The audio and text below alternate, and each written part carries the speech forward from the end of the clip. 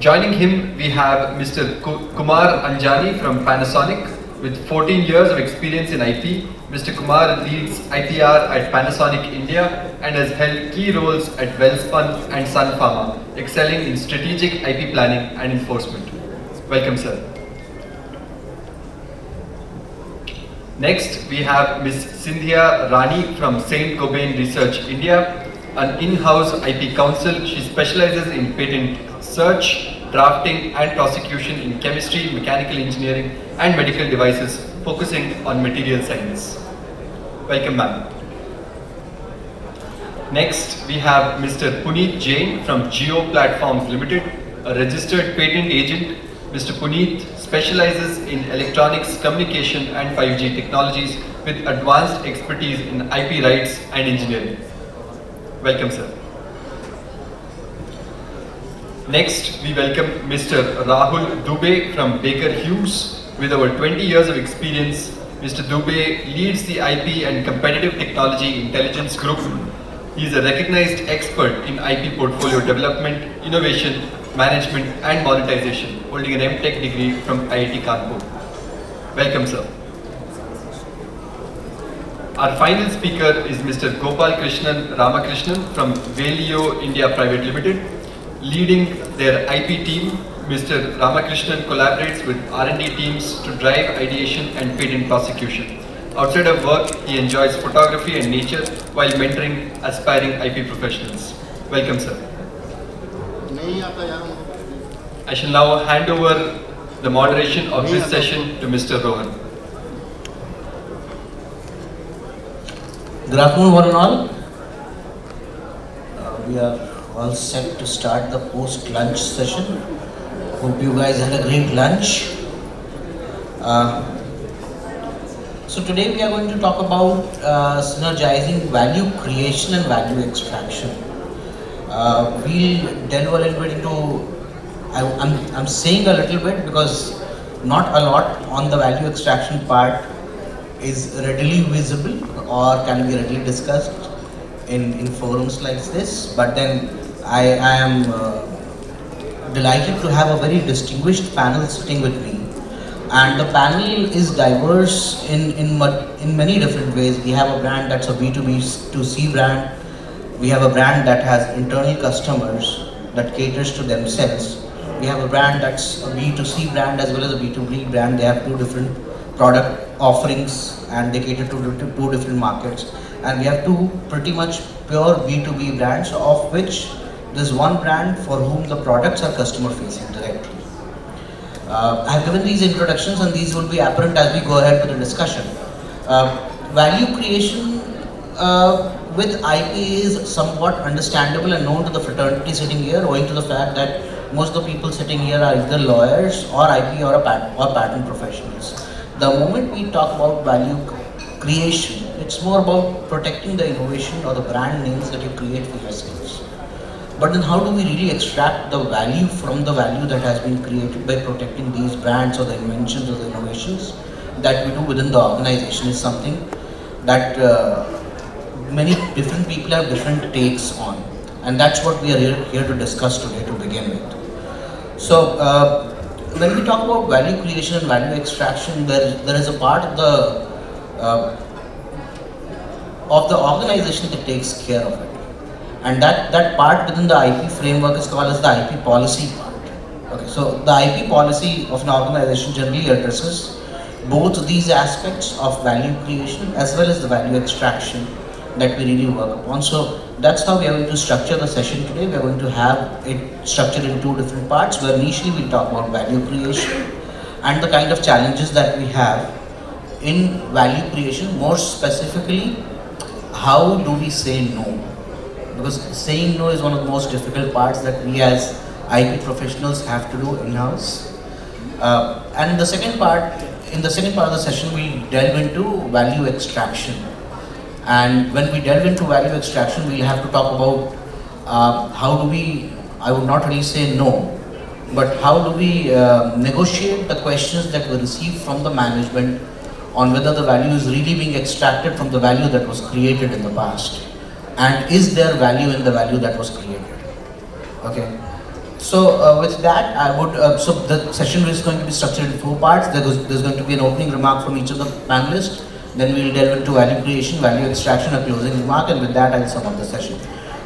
There's a sequence that I would really like to follow for the opening remark and the first session. I would want to start with Gopal from Valeo. Gopal, could you please? Thank you, Rohan, and thanks for the introduction. And thanks GIPC for giving me this opportunity to speak, and hope you all had a great lunch. Okay, so let me start with the prevalent quote about IP, which goes like this: companies that manage their IP well will win in the marketplace. And at the same time, this is also something that we need to think about. We create a lot of IP almost on a daily basis, that not everything is worthy of attention. So this is a typical problem that's faced by technology companies and creators of IP on a routine basis or almost on a daily basis. So what to keep and what to drop is something that needs to be assessed and decided. And this is particularly at a time when the awareness of the importance of IP is actually increasing the world over, and also especially in India. And one thing to note here is that the science here is not very clear, and it has got shades of grey all over. Yeah, and so what makes this topic really strategic is the word synergizing in here, and which can be looked at in 2 different ways. In one way, it's synergizing basically adds a lot of sense to both value creation and value extraction taken together. What I'm saying is, in other words, value extraction and creation cannot remain independent of each other, and it has to be dealt with and looked at from each other's perspectives. If due consideration is given to the value creation process, the value that is extracted at the end of the value extraction process is going to be invaluable. And secondly, the stakeholders for the value creation and the value extraction process are completely different, and there has to be a synergy has to be maintained between the stakeholders for the value that is extracted to be really effective. Thank you. That was Valeo speaking to you guys, a B2B brand that has customer-facing products. So they make auto components. Now we'll move to Rahul, another B2B brand for you guys from Baker Hughes. Rahul, your opening words. Right. So good afternoon and hello everyone, and thanks to GIPC for this conference and such an interesting topic. If we see, the topic is very simple, right? It says, how do you create the value from IP and how do you extract the value, and then how you can sync these 2 activities. Now, questions which have a very simple looking what aspect. So, the problem with such questions is that their how part is always very complex, right? And this particular thing, as Gopal has pointed out, that the stakeholders for the creation side and the stakeholders who are asking questions about that how we are extracting the value is different. Not just that, when we talk about creating the value, the objective might be different. The parameters through which we are going to measure that is going to be different. But at the same point of time, when we are talking about the realization of that value, the extraction, again, there are different set of objectives, different set of parameters through which we are measuring those. So, having said that, sounds very simple, right? Because it's at the end of the value that you can create and then you can extract, right? So, but the complexity, as you can see, 2 different activities, different stakeholders, different ways of measuring it with different objectives. Now, getting into a sync, that's where the challenge is. And you can have policies, right? Every company, whether we have internally managing the portfolio, or even there are people who are consulting to companies in managing the portfolio. So we have policies, we have processes, but it is more what I see, my perspective is that how do we kind of translate some of these things into practice, and how to make that practice very effective so that all these different stakeholders are satisfied, the different criteria, different KPIs are also in sync. So that way I see it is going to be quite an interesting conversation. And more, I said the policies can be written, but the fun is when you try to implement and try to make it work. So we will hear some interesting perspective from different views. Now we move to Anjani, a brand that's both B2B as well as B2C. Thank you, first of all, GIPC, for having us here, and thank you, Rohan, for this question. So basically, for just opening remark, of course, Gopal, and we already spoke about a lot of policy and all that. So I would like to shift gear to one more important question. Can IP itself create a value? So basically, when I was working with my previous organization, which is Welspun, so I will give you a very clear case study which has started happening in Europe. Okay, so basically we were trying to enter into a flooring solution. So flooring solution in the sense Welspun flooring, and size of this room we were trying to through our PVC flooring we could recarpet it within 15 or 20 minutes of the time. So we were trying to explore the solution and the technology around that. So when we are trying to explore and when we started manufacturing, we came to know that there were already a lot of companies in Europe, and that were companies who are not basically manufacturing flooring panels. They are just a technology provider. They patented around 4,000 to 5,000 patents and hold in the flooring industry. And it's a very, very simple technology. It's a flooring panel. There is a male and a female part which knock each other. Snap fit into it. Yeah, and the company's name, I don't want to name them, but it's like XYZ IP holding company or ABC IP holding company. Okay, and then when we enter, we came to know that no, of course, if we want to enter into this kind of a solution, we have to take a license from them. Because the moment we get into manufacturing, they will come with their patent and impose their patent in that. So what we have to do? We have to, of course, go to them. But at that point of time, we came to know a very interesting part, that there is not only one company.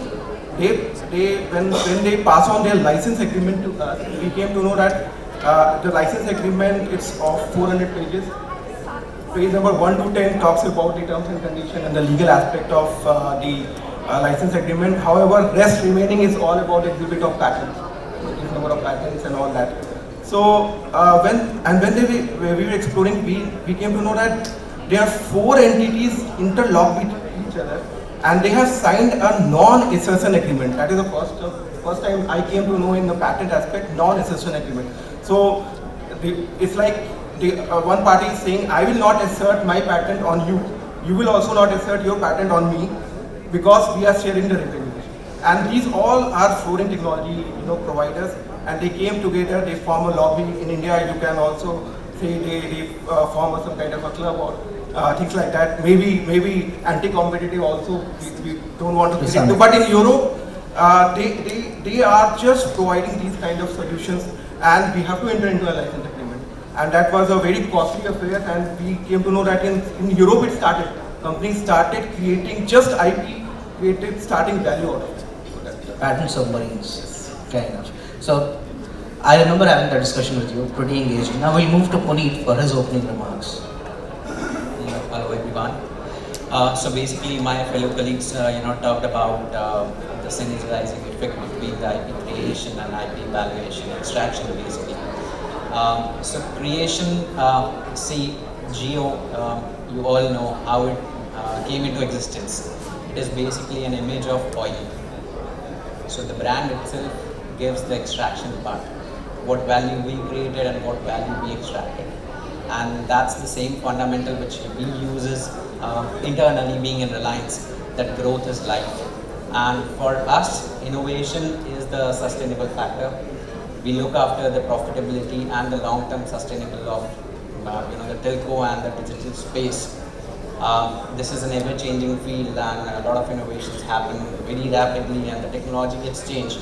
So while creating, we have to actually foresee what will be the five years down the line scenario. So that's how we synergize internally, and we landed up in certain decisions that it will be actually extraction of value from what we are creating today.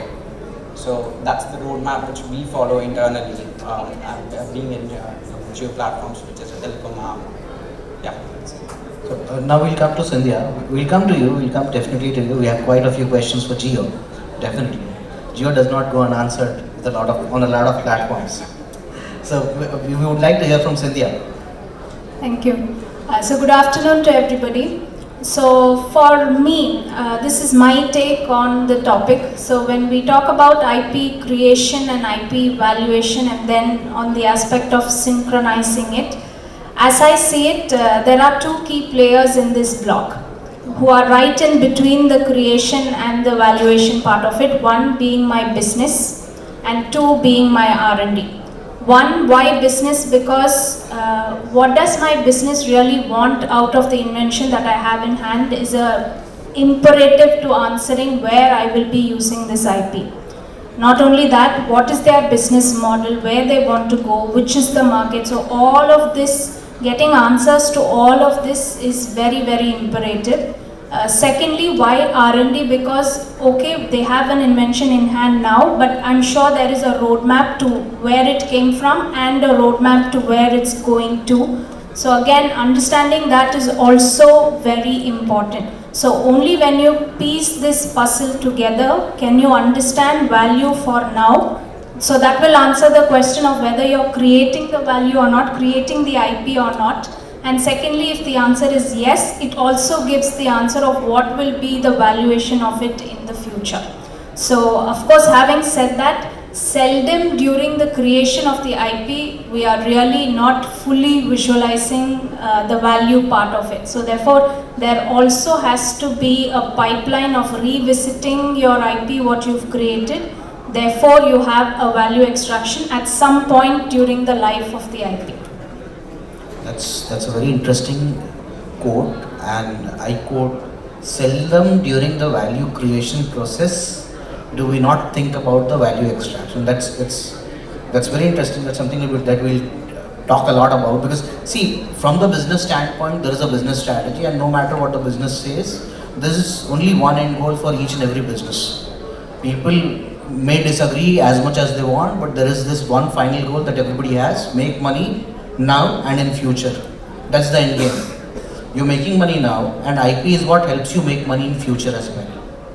And with that end goal, that's the business strategy, that drives the technology strategy, the R&D strategy, and that further boils down to the IP strategy, which is enabled through the IP policy within the organizations. And when we say that, there's this aspect where we are saying we have to make money now and in future, and it's the IP policy that's driving the IP strategy that's helping you achieve this end goal.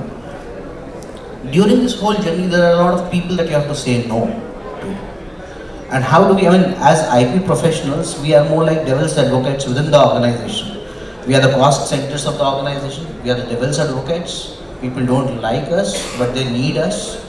So how do we end up doing this job of saying no within the organization? And who all do we have to say no? What are the strategies that we adopt? Quick 1 minute on this from you guys. Okay, so saying no to R&D is relatively easy. Okay. Because again, I put R&D and business teams. R&D, it's easy because I have data to show him, make him understand why I cannot pursue it, what is blocking from pursuing it, or can you do something differently, can you work around so that you will enable me to protect it. So it's a relatively easier conversation to make. But with business people, it is not, because business, they are very far away from patent, claim, language, protection. What are you talking about? No. So to business, it's very difficult. But the organogram that we have in Saint-Gobain is such that if there is a no from an IP perspective, I'm talking about the commercialization part. So if at the end of all the hard work, at the end of all the resource and the cost and the operational management. If there is something blocking and the IP says no, that is no. So people will make a hue and cry about it, but we are protected, shielded from all of that, because you are not obliged to give a yes because so much has gone into it. So if there is an assessment, if the assessment is gone wrong, as in there is something that is uncovered, of course that should have been uncovered very previously, but so to speak, we are not 100% always on the dot. So if there is such a situation, it is a no. And what strategies we've been using is to show them case studies. Okay, I have told you this, but in spite of this, if you go ahead, these are your consequences. So painting a crude picture of what's going to be the world outside, if you neglect this red flag, helps with the business. So fear is the driver that you're using. Okay. And historically, IP has been aligned either to the R&D function or to the legal function. In your case, I understand it's aligned to the legal function. Neither it would be difficult to say no to R&D. Go ahead, Puneet, over to you. So in our case, it is basically R&D is totally driven by the standards which have been set by the standard setting organization. So the problem statement itself is technical in nature, and when it comes to the solution part, maximum we will say yes to it. It is very difficult for us to say no because there is a direct impact on the business. Are you guys aligned to the R&D? Yes. So basically, R&D happens due to the problem statement which is released worldwide by the standard setting organizations. But then when the standards are set, the IP is already the one that's creating the standards, isn't it? So we are on the edge of advancing those standards and becoming a standard. Okay. Great. So coming from a B2B organization, I mean, I can clearly see there are differences between a B2B and a B2C business model, and even in terms of inventing and patenting and all that. There are two major, stakeholders when it comes to defining product specifications for a B2B. So the technical space or the product specification is actually very tight. The technical space or the space where you actually try to create value is also going to be, really tight there. And to basically create value in that tight space would actually require you to use your resources very effectively and efficiently. And for that, we need to definitely, put across or define a lot of processes and all that in place in order for the value creation to basically start. Right? So I'm just talking about the value creation part here, a little bit touching upon that particular part. So if I create a new process, and then show it to the R&D or show it to the business, there's going to be a clear no. Well, this is going to be an overload. This is going to be a lot of work. So you need to basically show or convince them and show the effectiveness of this particular procedure and what's going to come out of it, and then try to convince them and put that particular process in place. Again, there's no one-size-fits-all solution here. It's going to be different for the different departments and the different disciplines and all that inside the R&D as well. Interesting. That's an interesting take. Before I go to Anjani, I would like to go to Rahul. I would like to come to Anjani last with a twist in the question. So I'm taking the question as when and how to say no, right? Right. Yeah. See, now. Yeah, this is definitely, saying no to anyone is definitely a very tough part, right? But we all know that as a part of our jobs, we have to do that. Now, first thing, as I said, somehow these two pieces, the creation with the end use, is difficult to link. So the objective has to be questioned, right? And so what I'm trying to say, let me kind of give an example. So most of us, big innovation companies, have big R&D processes, big R&D budgets, and ideation is a key word, right? I'm sure, most of the people are driving ideation, which essentially means that, okay, bring in new ideas, then we probably need to file so many patent applications out of those ideas, right? But now, this is coming more from probably the technology vertical, right? Because they had to show their KPI that, okay, how many patent applications, priority applications were filed this year, right? How many are in process? But when it goes to later, when those has to be maintained, the other part comes into the picture. So I think somewhere the discussion that has to happen with the senior technical leadership is that it's not really, the number of priority filings or the number of patent applications that we have to really put on the KPI, but it is more like, what exactly we are filing, and which is very difficult to kind of, put into a factor, because that brings the quality piece. But as, I would say the guards, and not just the guard, because the skin is in the game, because when the question comes 5 years down the line, when we are managing all those, we have to pay the annuities, right? I think you are the one who would be asked the questions that why we kind of build everything, which probably we are not able to define the proper use. So I think the first in place, if we put up that, not kind of completely driven by the numbers, bring in certain way to put in quality, put a prioritization matrix, that is something can be used as a tool to say no, because you're just going with a very structured framework. So that's what I would probably suggest as a practice. And with Anjani, there's a small twist in the question. See, you're a B2B and as well as a B2C facing brand. You don't just have to say no to the R&D guys, but a lot of times you must be getting a lot of brand names that would come to you. And that's a whole different ball game, I would say, a whole different problem to tackle. How do you tackle those problems? With that, of course, this was not a bouncer. So, that's very true. And of course, all the answers which we have got right now is more of a brand perspective. So it's good to have a brand perspective also, because a lot of time allegation put on the IP lawyer that IP means patent means IP, which is not the fact. Which is not a fact. Correct. So, of course, saying no, as ma'am also mentioned, and I totally agree that saying no to R&D center is always easy, because there is an engineer involved in that. Okay, so to explain, they talk logic. they understand the moment you put a prior art, give a prior art, that these things are there. There are a risk involved in this. If you launch the product, if you have not conducted a FTO or whatever, patentability search and all that. So they understand the things, and they try to work on that. They take their time. They come to you with some kind of a reason, differentiation, and all that. But when it comes to sales and business team, marketing team, let's say very simple example of trademark search. They will give think that, sir, I have just changed a letter A to E. This is a clear-cut difference.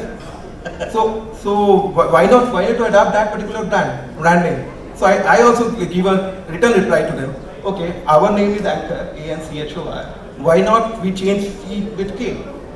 Would you accept that?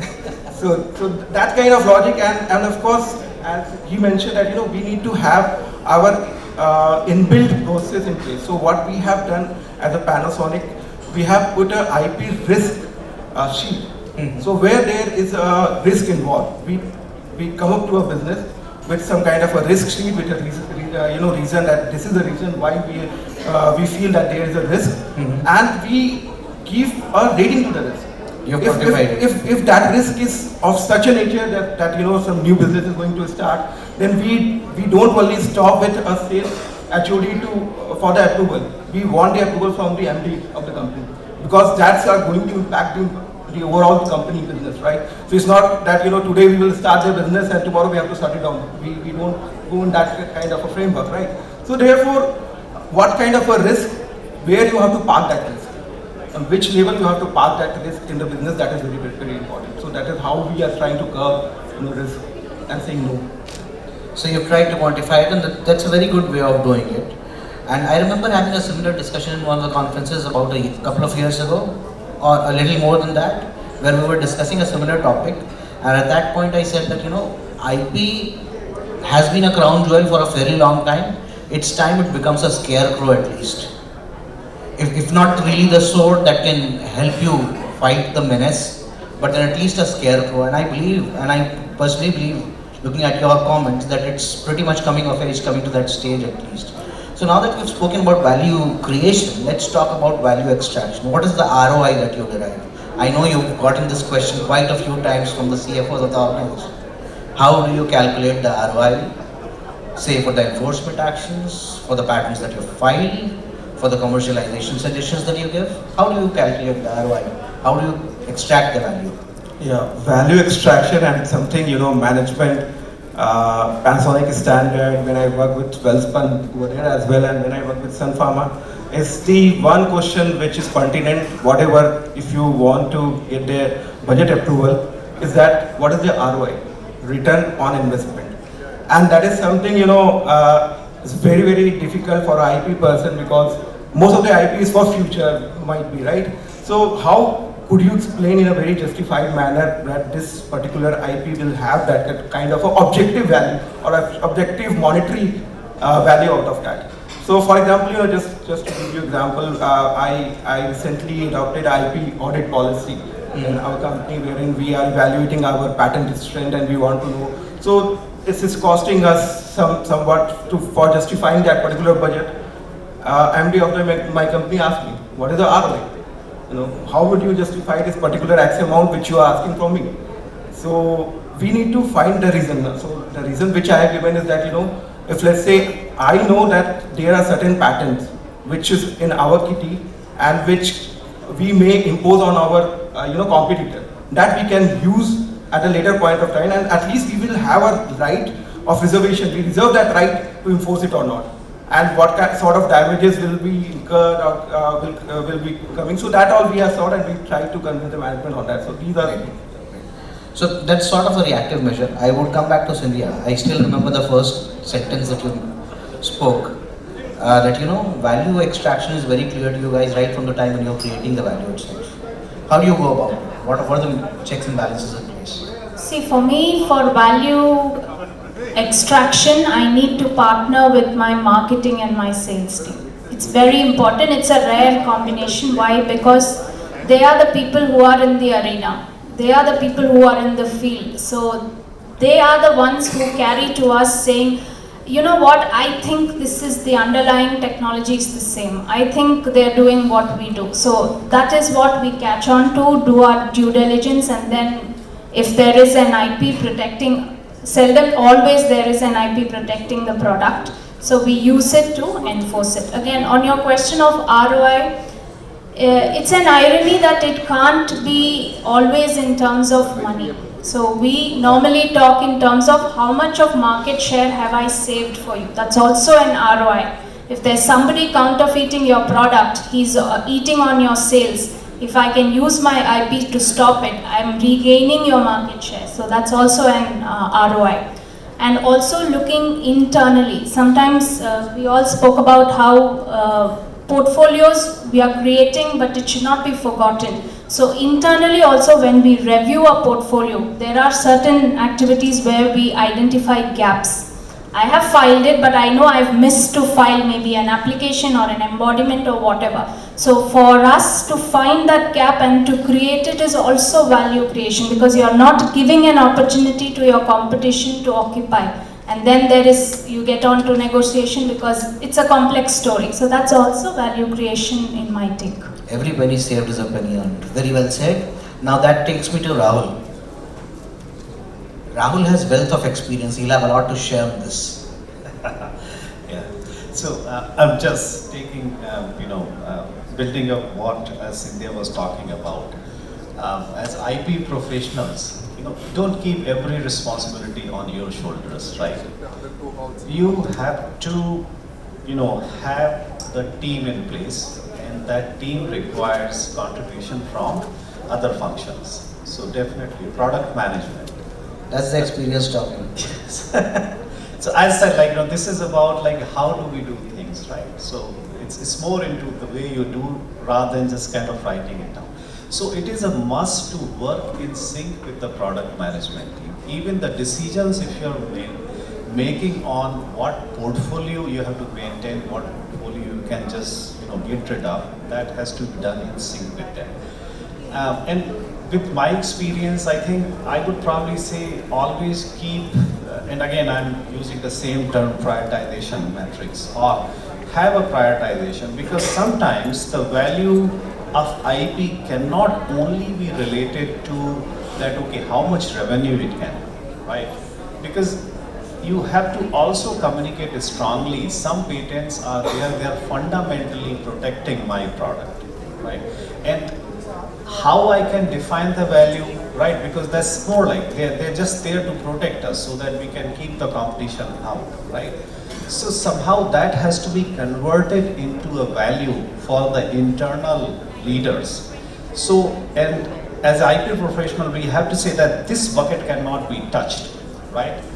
No negotiation on this. Then we keep a value where we say, okay, you know, something that probably we can put in the market. There are some areas where probably protecting part of my technology, but at the same point of time, I can license it out. Maybe I can package it along with my product. We can figure out innovative ways of doing it. And then of course, keep the third bucket, which you know that you can easily get rid of, right? No questions asked. And so that approach would really help. But it has to be a continuous process. Right. Every time, not annually. I think quarterly you have to keep looking. It's a continuum. In that way. That brings me to Gopal. I will go with Puneet at the end with a little bit of twist in the wish. Yeah. Okay, thanks, Rohan. Well, I think I'm just going to slightly twist your question here. Fantastic. Because I mean, I see value extraction as something that's value retained but not booked yet. Oh, right? okay. Well, what we see is, or generally what's very intuitive and natural in companies is when the R&D develops a product, comes up with a new product or a new product adaptation for a new market, you end up filing a lot of patent applications for it, and that's like building a fortress around your market to kind of protect your market share. But what can also happen is planting flags in the competitor's territory, right? And this I basically link with the value creation process as well. So it has to start again from the beginning. It can't really be done towards the end or something like that. So you plant a few flags in the competitor's territory, and that's really adding a lot of value, because in one day or maybe sometime in the future, the competitor might have to come to you for operational clearance, right? And those types of patents would actually have much more value than the other patents that you actually are part of the fortress, right, that I mentioned earlier. Now, one another thing that you can probably incorporate in your IP management is probably looking for diamonds in your whole patent portfolio. And these are patents that are granted alive in really good IP jurisdictions and really for good technology solutions, and something that is of high quality, of high patent quality in terms of the content that has gone into the patent specifications, and also the drafting language and all the legal requirements that are being met in the drafting specification.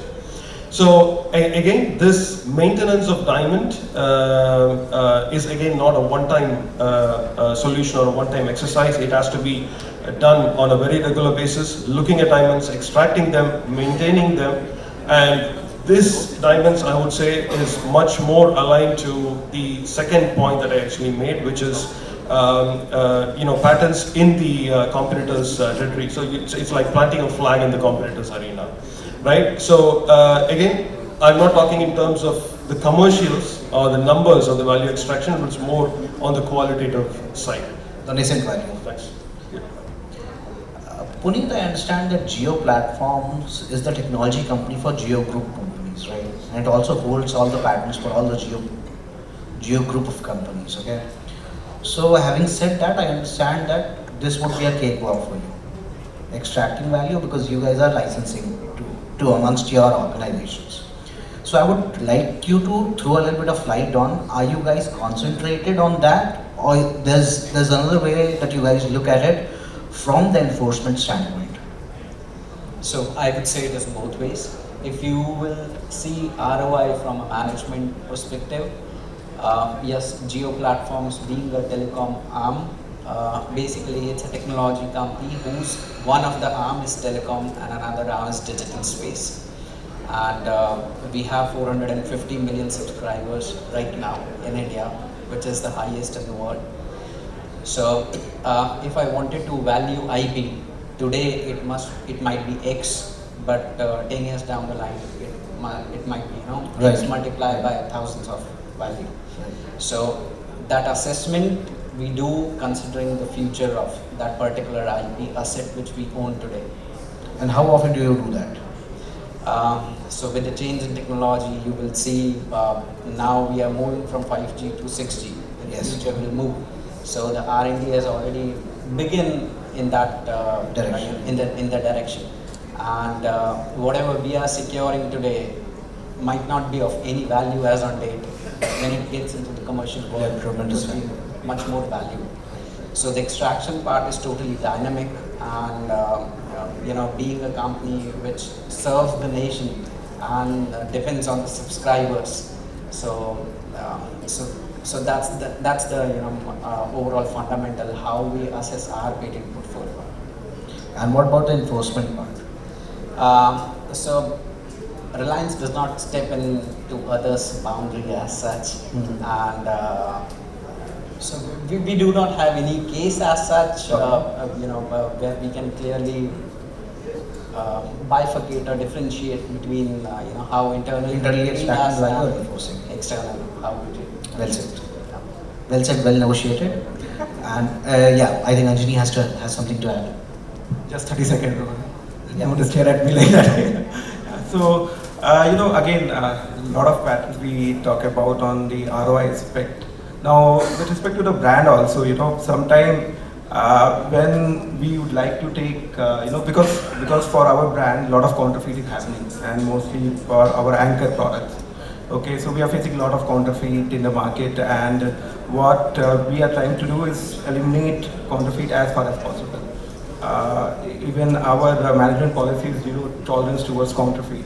So, a lot of time what happen, even a small retailer, if they are counterfeiting the product, the questions comes, let's say whether we are taking a civil action or a criminal action, it's come with a cost. So is this justified? Okay, right. So a lot of time management asks, is this justified? A small, retail shop you are going and seizing maybe 50 or 60 products. Is this justified? So my answer to that is yes, it is justified. Reason being, we are creating a deterrence in the market. That if you go to one retail shop with a police with you or with a LC with you, local commissioner with you, that create a deterrence in the market, in that particular market, that at least at that particular space, no one should dare to touch your brand, counterfeit. So that is something which we need to justify also. So IP sometimes act as a deterrent also for that. Great. Now that brings us toward the fag end of the session. I want each one of you to give a sentence of your closing remarks, and with that we'll close the discussion. We'll start with Rahul. So yeah, just on the value quickly, so the value from IP point of view, when we are trying to define, keep it a broader perspective based on the product. It should not be only patents or trademarks or something else. I think that balance is necessary, but again, it has to be decided based on what product, what is the visibility of the product is there in the market. That's very critical. Thank you. Yeah, I will end from where I have started. So basically, IP now not only should be seen as just for a business to create a value out of it, IP itself should create a value out of it. And as I've given the example, it's clear. Europe as such are really working on that direction. And they have left all the manufacturing to be done by India and China, right? So we are manufacturing for them, but all the intellect they are keeping with themselves. So of course, like our Honorable Prime Minister said, manufacturing in India, manufacturing is very important, of course. But at the same slogan, if this year it will come as an invent in India. That is also very important. Innovate in India or invent in India, that is very important. I think we still have to come to a stage where we allow IP holding companies, but then that's a discussion for some other day. Let me sum it up in just one sentence. A big portfolio of, a small portfolio of highly or high quality IP is much better than a big portfolio of low quality. Fantastic. I just wanted to close with the thought that our innovation is basically making the Prime Minister vision of Make in India on a success path. Fantastic. And there's a lot that should happen on the semiconductor side when we talk about, right? Another discussion for another day. To add on, Jio has already started manufacturing its own radio devices. Fantastic. Good to hear. Okay, I would like to close with saying it's collaboration at the end of the day, because from all of us you've seen about how this creation and extraction involves multiple stakeholders. So it's just to plug and play and use IP at the very beginning of it and not at the last, and to keep in touch with what you have created. That is valuation for me. Fantastic. So it's been a pretty interactive discussion. And I believe we all say that one thing that, whether we extract the value now or in days to come, this value creation, value extraction game will continue to happen.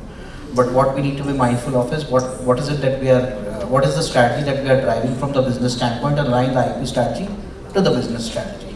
That's one point I think that we all agree to. With that, we come to the closing of the session, and now I'll lay this open for Q&A.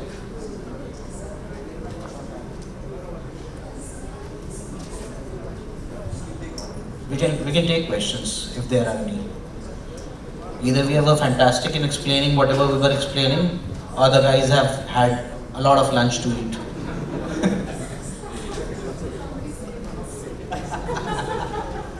Ask the question to Puneet, right? There is a concept of IP evaluation which is done by valuers. Now, how effective a valuation report would be when you are negotiating an IP with either for licensing purposes or for sale purposes? Who would want to take this question? Maybe I can try answering and others can. See, the IP evaluation is definitely, it's not just a concept. It is really a good way to put down the value on the paper, and it can be utilized in multiple scenarios. Licensing is a direct way you can do it. It has a higher stake when we are getting into merger acquisition and other investment scenarios. Now, there are different ways, right? You can put a monetary figure to each bidder, but again, I'm going back to that, okay, this might be very contextual, right? Probably a cost method or market method which particularly work for a product type may not be applicable to something else. But going back to your question, yeah, valuation has in itself a lot of value. And, at least coming from Baker Hughes, we adopt it both ways when we are looking at ours as well as when we are kind of acquiring, making any acquisition, or we are looking into some of other partners. Just to add, what he said.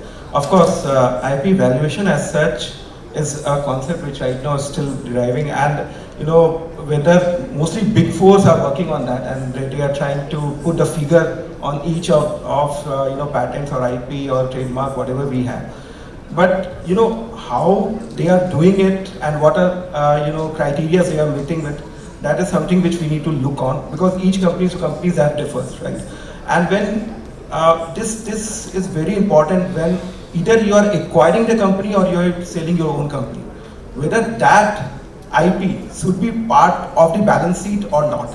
That is something which need to be there. And again, in all these things, Europe has taken a first step, and they are doing it. When they are selling their company, they make sure that the IP comes on their valuation sheet. Maybe a lot of Indian companies right now, they are not putting it such. So we have to think in that direction also. That's a very valid point, because whether a IP should be put a figure in a balance sheet today, irrespective of the fact whether the company is looking for a merger or acquisition. So from the commercial point of view is what, and how do you value it on the balance sheet? the IP valuation aspect, I personally believe is, see, what are the assets that you value? You value your tangibles and you value your intangibles, right? When you value your tangibles, there is a defined mathematics behind it. If you are valuing real estate, it appreciates over a period of time before it starts depreciating. When you look at IP from that standpoint, there is no defined process. What is really valuable today might become absolutely obsolete the very next day if there is a competing technology that has come up. Even from that, I mean, I would want you guys to go back and see when Kingfisher pledged the logo Kingfisher to the banks, what was it valued at and what was the value when the banks wanted to liquidate it. So this is a slippery slope that we are trying to negotiate. Okay, there's a lot that needs that's one agenda that should be there, but then there is a huge amount of work that needs to be done there. So yeah, that's a question that we need to answer, but can we answer that right today? I don't believe we have a definite answer to that today, but that needs to be answered, right? Thanks a lot, thanks a lot. Thank you.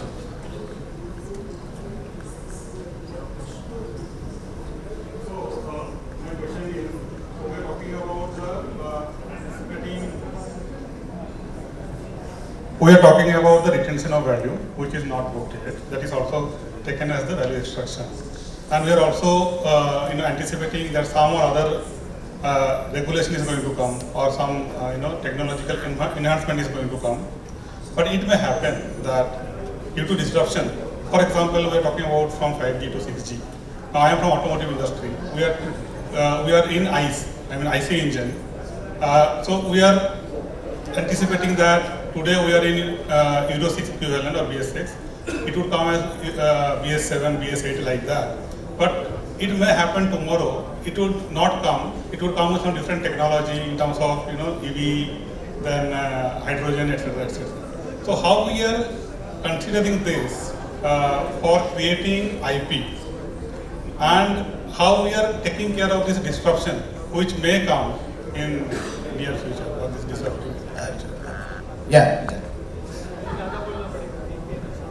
I mean, since you gave an automotive example, well, if you look at valuation on a holistic, in a holistic way, in a very broad way, you have a future method, and then you also have a market method, right? Apart from a cost method as well. Now, a future method is basically, or a future technique is basically how you would value your IP in terms of how it will be received in the future, right? And coming to your ICE and EV, and I would also allude to what Rohan said, your IP might actually be very valuable today, but tomorrow, or a few days later or a few years later, it might actually lose its value completely. So I think it's more to do with how much market share, your change in technology or whatever. It is just an example that you gave, but generally, if there is a change in the technology, so how much market share will probably be occupied by it in the future? What are the projections, and what is the market that you are trying to enter into, and how mature are those markets in terms of IP enforcement? That is also an important point that you need to take. You might have a patent granted in a country where there is literally no enforcement, or the enforcement is very, very weak. Then you might end up not having a good score on your IP valuation. So these are just some of the a few points some of the points that I touched, but you actually have a lot of other things also to consider. And this is one way that I can probably give you a segue into this topic. Okay, thank you.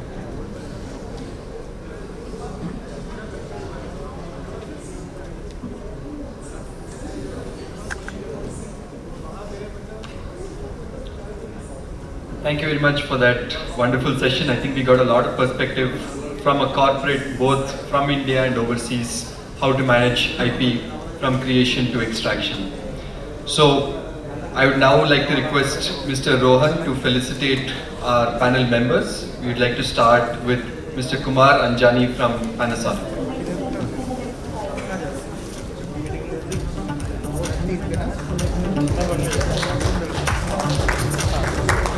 Next, Ms. Sindhia Rani from Saint-Gobain Research India.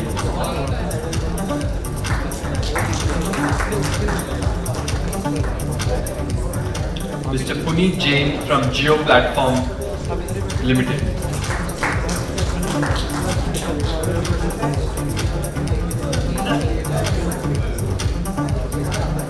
Mr. Rahul from Baker Hughes.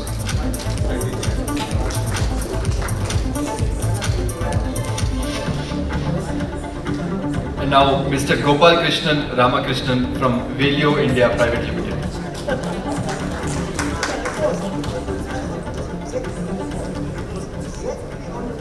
I'd like to request all the panel members to pose for a group photo.